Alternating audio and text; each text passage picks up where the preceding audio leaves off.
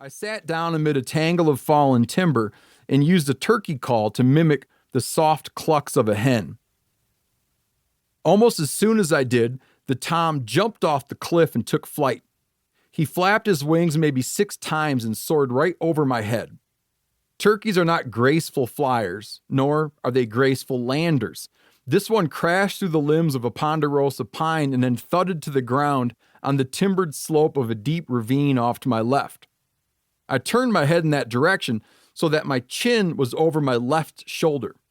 I kept on clucking.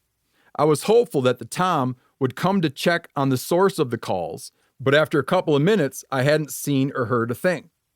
I called some more, but still nothing happened. You have to be very careful about movement and sound when you're hunting turkeys, so I continued to hold dead still even though I hadn't heard or seen the bird since it landed. Maybe about 5 minutes went by without my ever turning my head away from its position over my left shoulder. And then something strange happened. Suddenly, someone sighed very loudly just behind my right shoulder.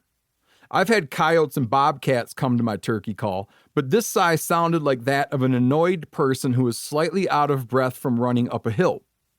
My immediate response was to turn my head very quickly in its direction. My chin was just about to begin passing over my right shoulder when I noticed a large male black bear standing on its rear feet with its front feet propped up on a log that was leaning against the log that I was leaning against. I'm sure he was hoping to find a nest full of turkey eggs and, if everything went well, to catch the turkey too. Now he was staring at me with a very inquisitive look in his eye as he struggled to recalibrate his expectations. I once heard a radio interview with a neuroscientist who studies mental processes during extremely stressful moments. He described how people in such situations will recall having dozens of distinct thoughts in the seconds that it takes for, say, a person that has fallen from a roof to hit the ground. His belief, he explained, is that we aren't actually having those thoughts when we think we are. Rather, through a trick of memory, we just think we had them whenever we try to recall the moment. Regardless of what that guy says, I know that I had the following thoughts over the course of the next second or so.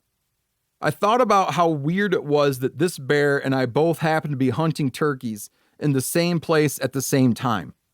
And I thought about how weird it was that I was trying to deceive a turkey in order to kill it and eat it, and how my efforts to do so had in turn deceived another creature that would have liked to have killed and eaten that turkey as well.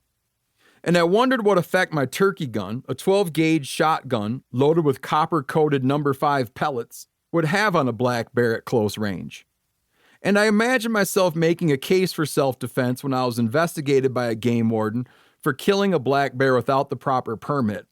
And I imagined what it would be like to get mauled by a black bear. And if I did get mauled, I imagined that it would be very minor mauling, as the bear would quickly realize that I wasn't what he was after. And then I thought about how black bears hardly ever mess with people, and then I imagined myself telling this story for a very long time, regardless of the actual outcome. The bear interrupted this whirlwind litany of thoughts with a woof, like the first noise a dog might make when someone knocks at the door. He then ran off through the timber at the casual pace of a jogging human. The sound of the bear's running died away, and the forest returned to its usual crisp and breezy stillness. I leaned back to wait for my pulse to slow, as it was racing at a speed that I figured to be unhealthy. I sat for maybe 5 minutes, just breathing and thinking. I had that grateful and relieved feeling that you get when you first realize that you're recovering from the flu. Then I heard a turkey gobble, so far away and faint that the sound seemed more like a feeling than an actual noise. I got up to look for it, happy to be alive and walking in this wonderful and ancient world where bears sigh and turkeys gobble. The second moment that helps answer the question of why I hunt occurred well over 2,000 miles to the north of where I was hunting turkeys. I was camped on the north slope of Alaska's Brooks Range, about 75 miles south of the Arctic Ocean's Beaufort Sea. I'd been there for a week, waiting for the arrival of caribou. I hadn't intended to stay so long, and I was running low on food. This was worrying me.